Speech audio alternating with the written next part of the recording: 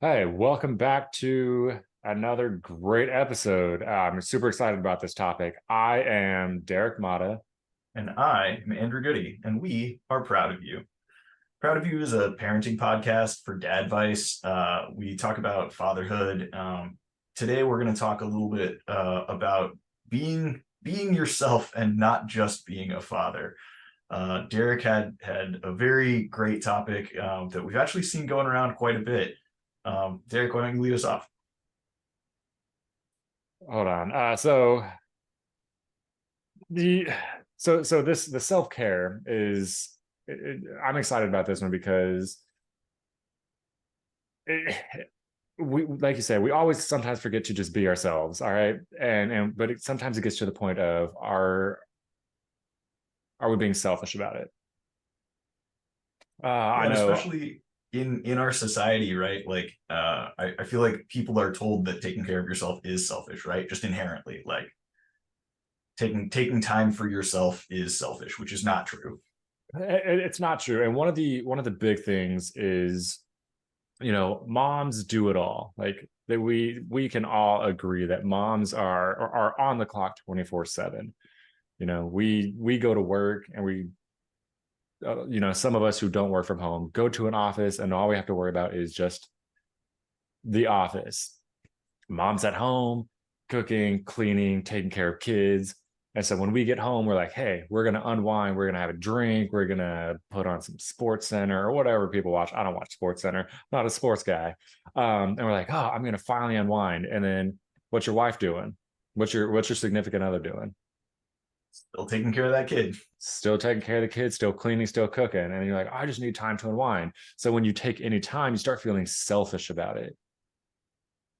And so it's a hard balance, right? Yeah, and it's a fine line to walk, right? Because there it can become selfish, right? I mean, there are I hate to use the term, but there are deadbeat dads out there who don't really spend time with their kids or their wife for that matter, because they'd rather be watching TV or playing video games or going out golfing or whatever that thing is.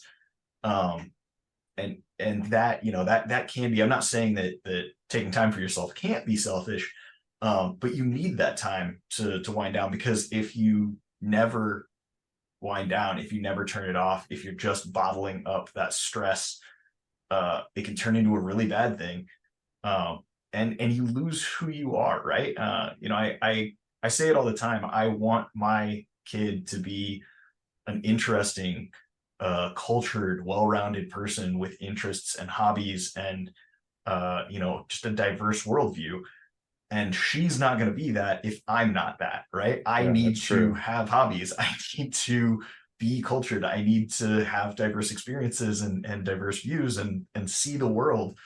Um, and I can't do that if I'm always a dad, right? I need to take a step back and have hobbies of my own that I don't do with my kid. I need to have shows that I watch without, if I, as much as I love it, I can't watch Bluey exclusively. What? Are you sure?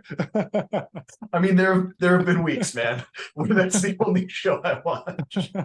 I can't watch any. Like, I love Bluey, but like when the kids want it all the time, like, okay, I've seen this episode at least 300 times. Yeah. Um, no, like I'll admit that when my youngest son was first born, like I got into computer gaming. Like I was going from Xbox to computer gaming, so I just wanted to play with my new shiny toy. So what did I do when I got off work? It was during COVID times. I got off work, closed out of work, and fired up Call of Duty. He's like, now is my time. Yeah. And of course, I didn't see it as selfish because it was my time. I earned this time. And looking back on it, like, and I've had many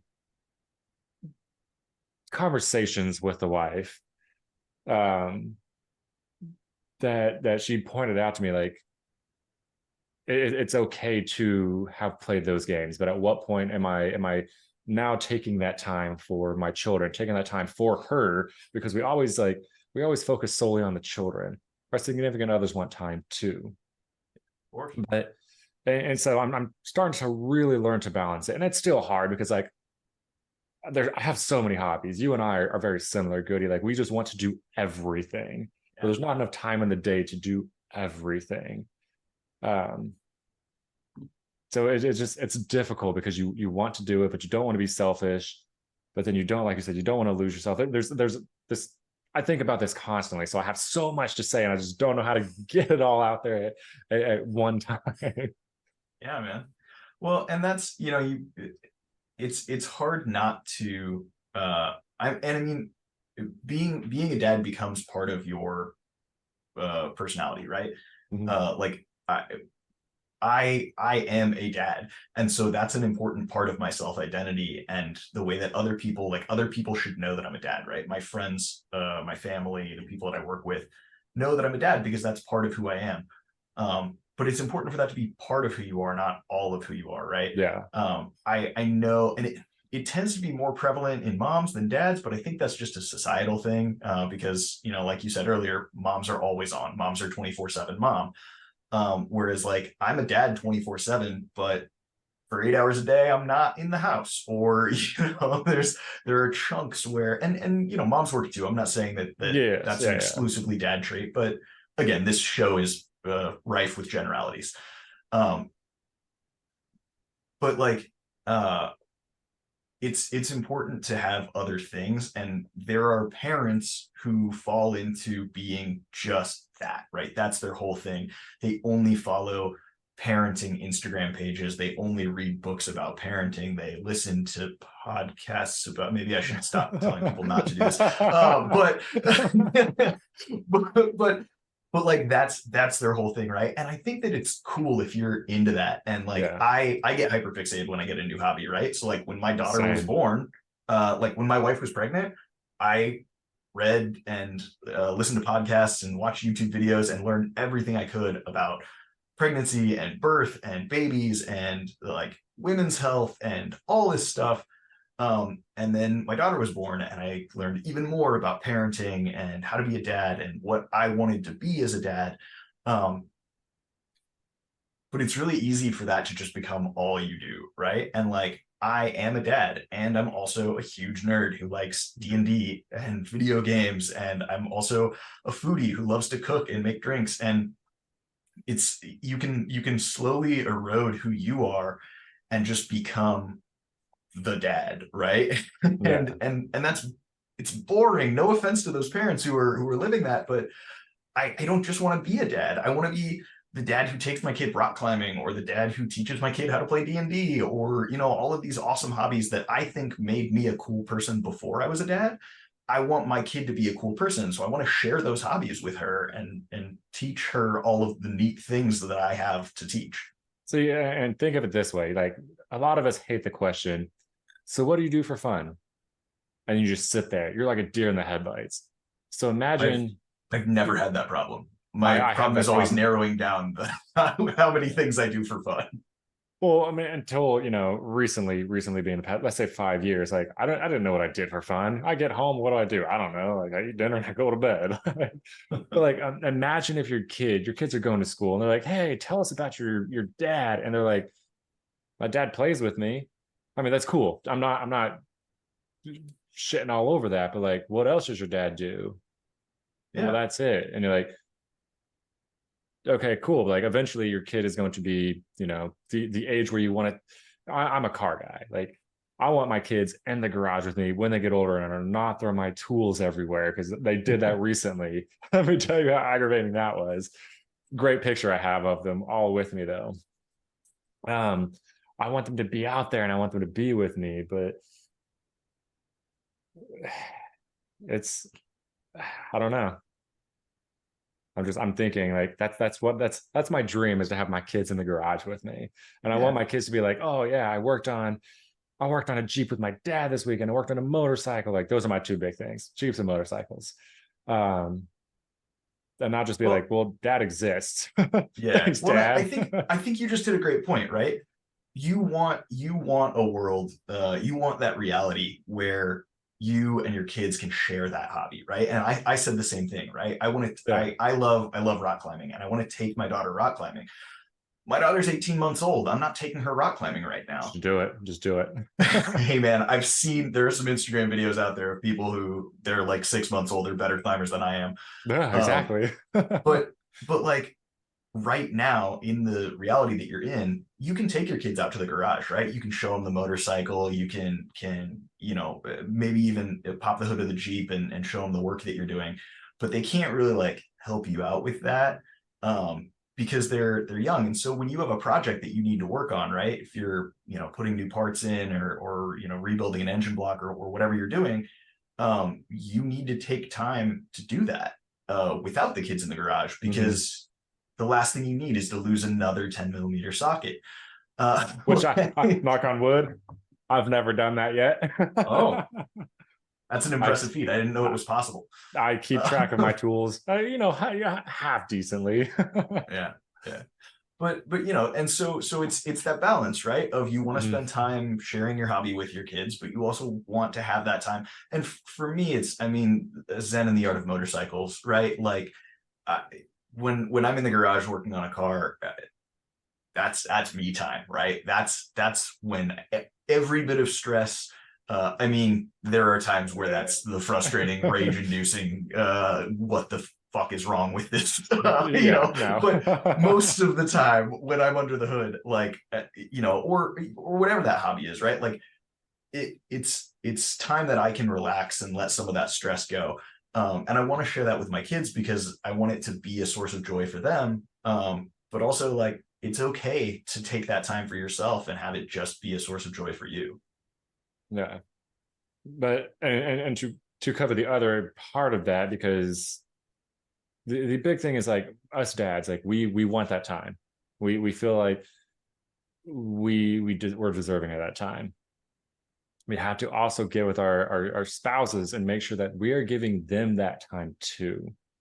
That is the one thing that is missed the most. I'm guilty of it. I don't know if you're guilty of it. I know a lot of other dads like, oh, moms are just staying at home all day watching Oprah or whatever. I don't know, soap operas. I don't know what people watch anymore. But they need that time too. Like you're deserving of it. They're definitely deserving of it. Yeah, absolutely. And so it's you can't ask for what you're not willing to give. And I'm not trying to shut all over dads needing that time, but like it's you got to play fair in the game of parenting. Yeah, exactly. It's not that you hit that perfectly. You can't ask for what you're not willing to give. Dads absolutely deserve decompression time to themselves, and it's important to take that self-care, however that looks for you.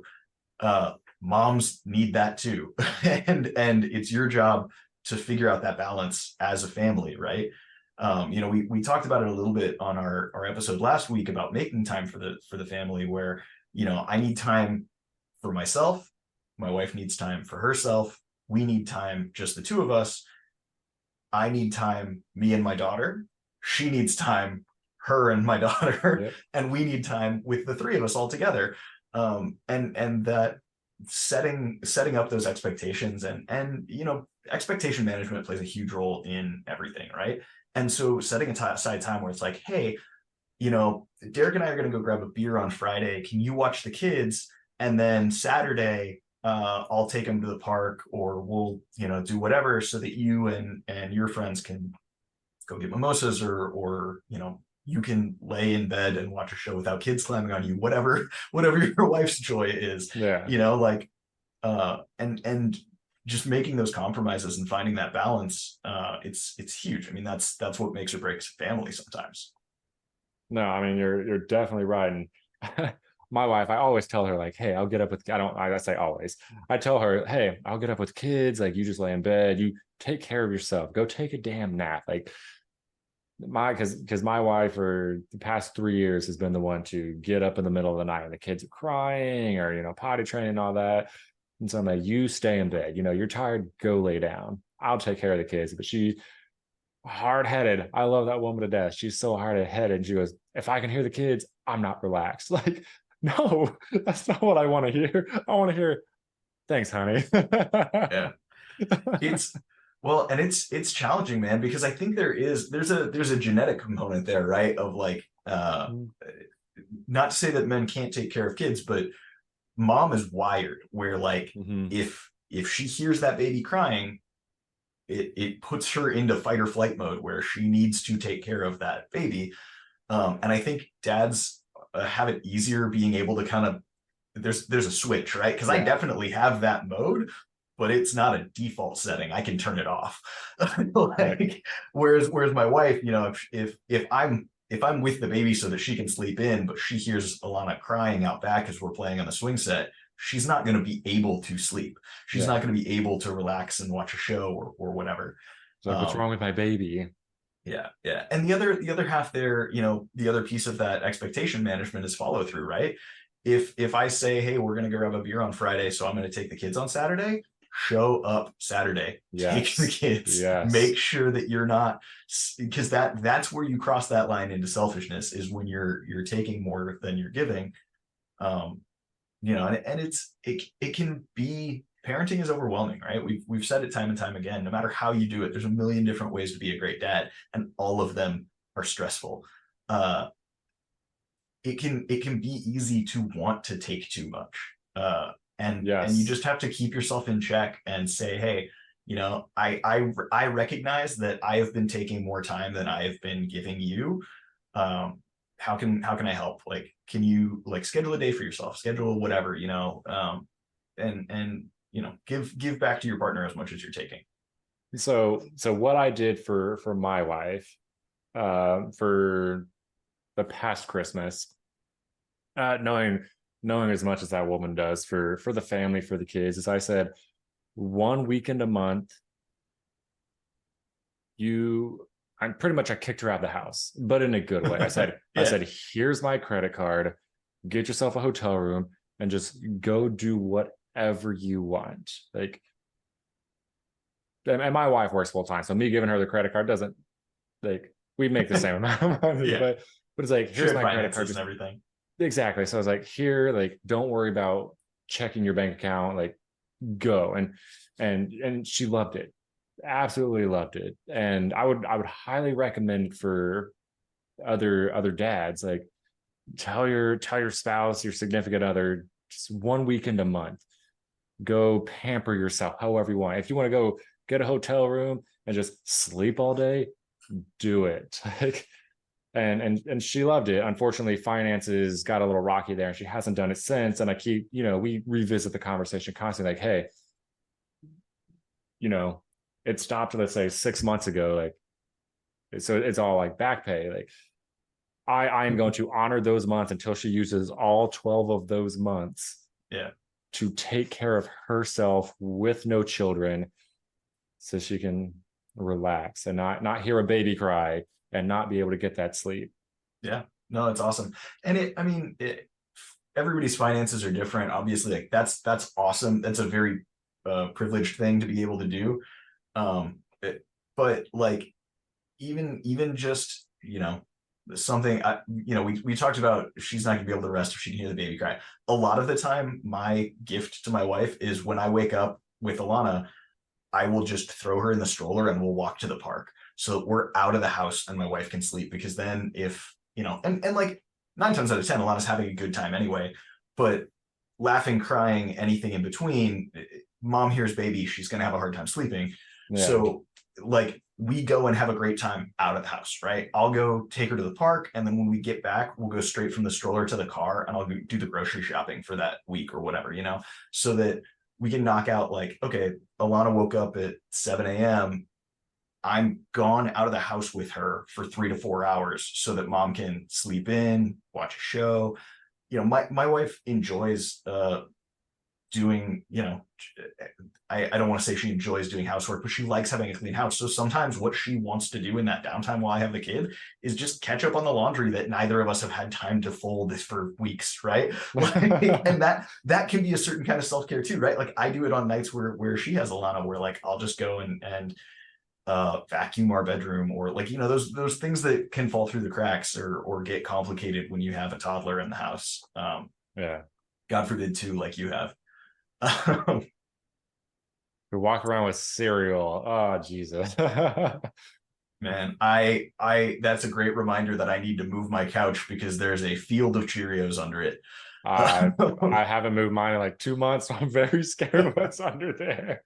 Yeah, man. But yeah, so I mean, like you said, what I was doing is very privileged, but what you're doing is also probably carrying as much weight as what I'm doing. So like obviously Yeah. dads don't need to take the extreme of what I'm doing. I have been blessed by working my finances in a way that this works for me. But if you just send your wife to, I don't know, go get a pedicure or manicure or get her. I know women love getting their hair done, but expensive, time constraints, like little things. Just tell them, honey, go take care of yourself. Yeah, and that's to be clear, I'm not trying to say anything negative about the extravagant route that you've taken. I think that's awesome. If you have the means, I highly recommend it. To quote Ferris Bueller. But like I'm just saying it doesn't always have to be that big thing, Yes, right? exactly. Because that can be really intimidating for people. I know for me, like a lot of the time, especially when Alana was first born, I felt like I have to give Emily a day, right? I have to be able to give her hours, right? We're really like, if I can just show up and let her sit down for 20 minutes instead of chasing a toddler around, that's a gift. If I can, be primary parent and handle dinner, because right now she's teething and getting her to eat can be challenging. Me shouldering that stress so that my wife can eat a meal with two hands and not a toddler, kicking and throwing and stuff, because I'm the one who's managing that. That's showing up, the awesome weekend, that's rad. But it doesn't have to be It a big doesn't, thing yeah. every time. You can show up every day in little ways. And I think that reminding yourself that accessibility is there, right? You don't need to wait to do something. And the same thing goes for you, right? Yeah. You don't have to wait until you have a guys weekend planned. You don't have to wait until there's a camping trip or a game that you want to go to. It can be, hey babe, can you watch the baby for 20 minutes while I watch this YouTube video? Can you, I'm gonna, jump on and play Call of Duty for 30 minutes. Can you watch the baby? Like, that time is just as valuable in small chunks as it is in big chunks. And I think what you're trying to get at, and what we're trying to get at is our significant others will be more open to the self-care that we need if we're willing to give them what they need. And Yeah. obviously it's not a I'm giving you $1, you give me $1 back kind of thing. Like I said, it's not a fair game. It's better that you give more than you receive.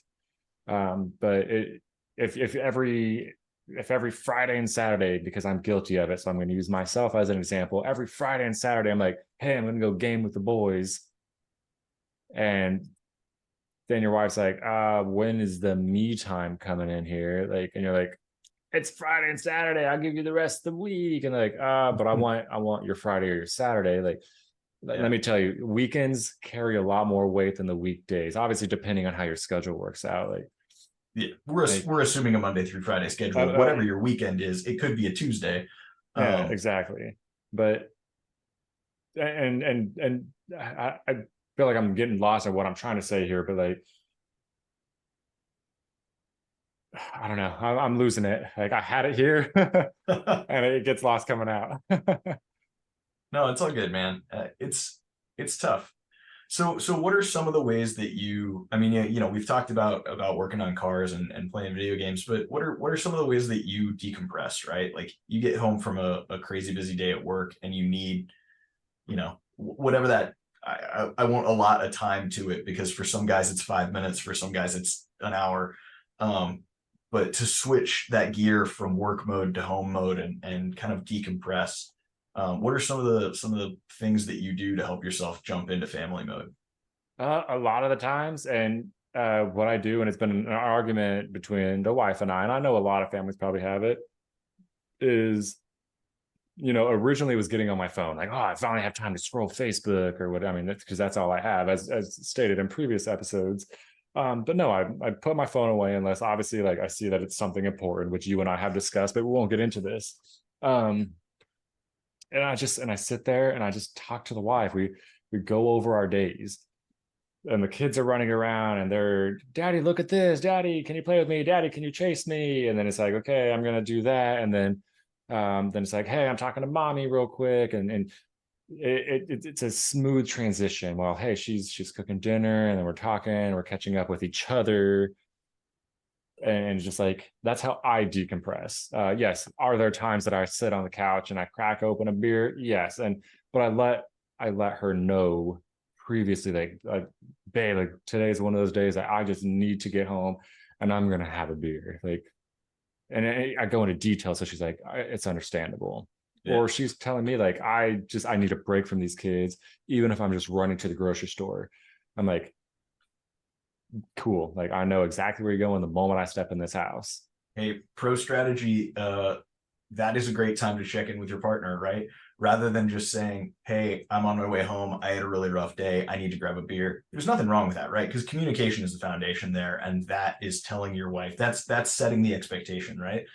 But if you jump that next step and say, hey, babe, uh, how's your day? How are you doing? Or like, how was your day with the kids? How are you doing? I had a really rough day and would love, if you have the spoons for it, I would really love to be able to just, decompress for a little bit when I get home because work was really stressful.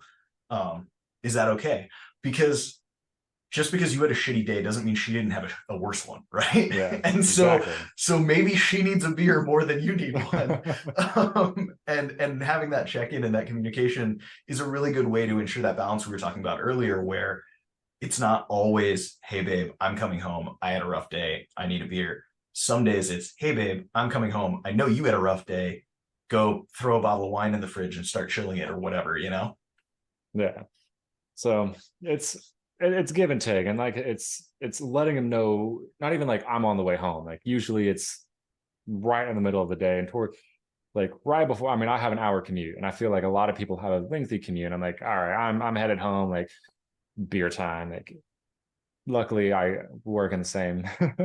I work with my wife, so I'm messaging her all day. So Yeah. like, oh, these people, like, oh, I need a beer at 3 after this. So she usually understands my frustration by the time I'm coming home. Yeah. That's actually one thing I think I and upsides and downsides, I wouldn't trade it. But that is kind of one thing that I miss about working in an office because working from home, uh, when I'm done with work, I close my laptop and I exit my office and then I'm in my home. Having a commute gave me time, right? I would listen to a comedy podcast or music that I really Yeah. like. And it gave me 45 minutes to an hour to do that decompressing, right? To leave work in the office. And it's part of the reason why I, one of my boundaries for working from home is that I have to have a home office because for me, I need to be able to close this door and leave work at work, or else I will not be a good partner. I will not be a good Mm, dad because I still have all of that weight of work and all of, I'm thinking about, the analysis that I was running or whatever. I'm not going to get into what I yeah. do for a living, but like I'm going to have work on the brain, and so I'm going to be kind of like distant and distracted. And commuting, as much as the benefits of working from home far outweigh the benefit of a commute, in my opinion, and I think in most people's opinion. But it was a nice time frame where I knew every single day when I got off of work, I was going to have 45 minutes to an hour of me time in the car. And like for me, I'm a super low anxiety person. You know this, and this is probably very different for you, Derek, because I know you have more anxiety than I do. I don't get stressed out in the car, even when I'm driving on a crazy crowded freeway in Phoenix where nobody knows how to drive. Like I can still have a good. I like driving, and so I can still have a great time and just listen to a podcast I like or some music that I like, and it's a jam. Like I'm having the time of my life. I might as well be riding a ride in Disneyland because I'm riding the I-10 home for 45 minutes. And it helps me shed off if I'm pissed. It helps me put that aside. If I had a really great day, it helps me like compartmentalize the good work that I can go home and tell my wife about the awesome day that I had, but not like just talk about work the whole time after I get home.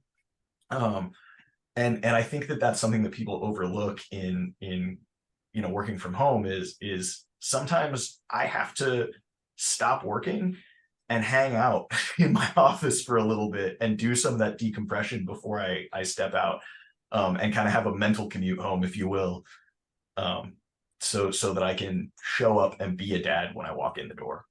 Yeah, and that's one of the things that my wife has called me out on, because she works from home full time. Plus she stay at home mom, for lack of a better term here, air quotes. Um, is yeah, when she clocks out for the day, like there's no break in there. And yeah, I get that 45 minutes to an hour, and I'm just sitting there blaring my music, listening to my podcast, and I'm like, man, this is a great time. Like, and yes, like the traffic drives me absolutely insane. I do love driving, not in traffic. Yeah. But I get that time and she does not. So her frustrations build because she has no way. She doesn't have that self-care. So back to the whole balancing, like she needs that just like we need that. Yeah, for sure. Well, and that's, I mean, that's an awesome time to have that exchange too, right? Of maybe because you get that commute time, when you get home from work, you watch the kids for however long your commute is so that your wife can have a commute to chill out from the day that she's had working and watching the kids. I'm not suggesting that you change I'm not pitching you this idea. I'm just saying it's a good time to be able to say like, hey, like I had my time to decompress for the last hour. Do you want some time? Can I give you the gift of what I just had, which is 45 minutes to an hour of relaxation? Not relaxation, but you know what I mean. Yeah, I get it. And anybody listening will understand what we're trying to get to.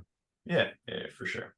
Um, yeah, and it's one of those things. Hold on, because I've got the thing I had mentioned to you, that screenshot brought up, and I'm Right after Derek and I talked about doing an episode on self care, it was kind of the universe just put this in front of us because he saw this post on Facebook that was talking about caring for yourself without being selfish. exactly. And we kind of touched on giving your spouse time and letting them know. Communication.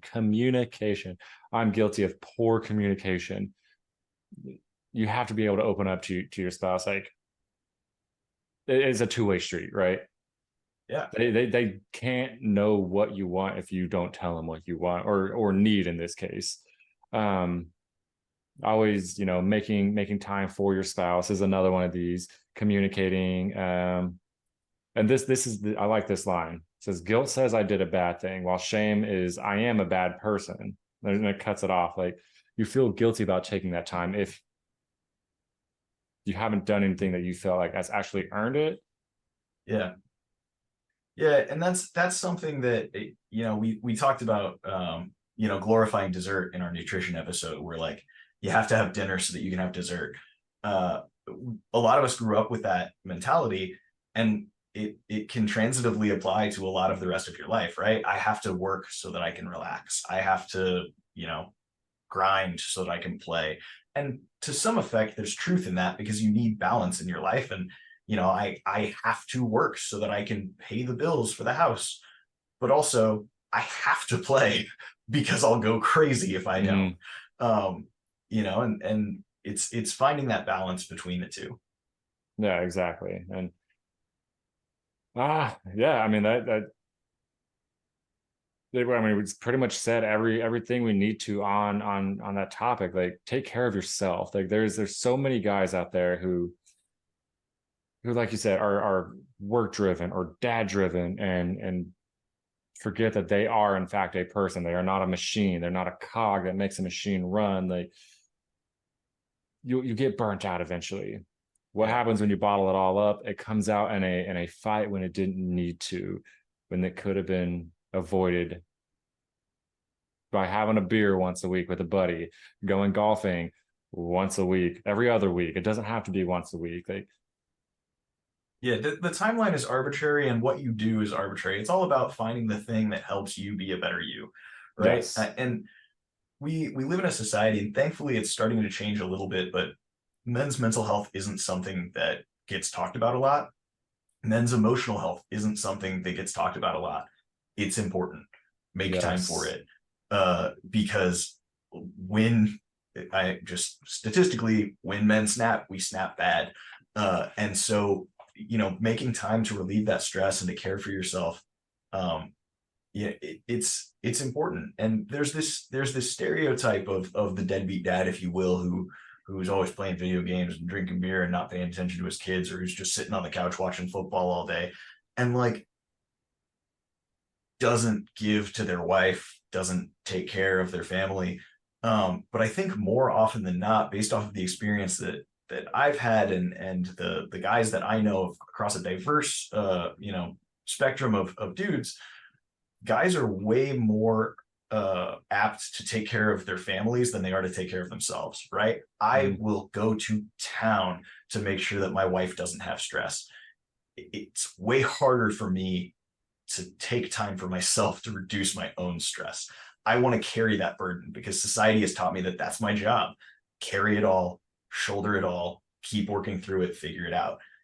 And that is part of what my job is. But also, I need to take that time. I need to show up for myself in the same ways that I'm showing up for my wife. I need to show up for myself in the same ways that I'm showing up for my kid, because my stress levels are just as important as my wife's stress levels. And my fun and entertainment is just as important as my kids' fun and entertainment. And that can be really easy for guys to forget. No, exactly. And I think the big thing is like kind of why we started this podcast is we want dads to reach out to other dads. Like we have issues and we need to talk about them. Like sometimes it's not even just playing the game or drinking the beer or watching the sports. Like it's talking to a like-minded individual who can relate to you. Um, we're always open. Like we have our different social media accounts. We have our emails. We want to connect one dad to another dad because we might not have experienced the issue that somebody's going through, but we want to expand what we're doing here so that no dad feels alone in this world or feels that this is my burden. I just have to bear it. Like, no, like, yes and no. Like, we all need a release, physical or mental kind of thing.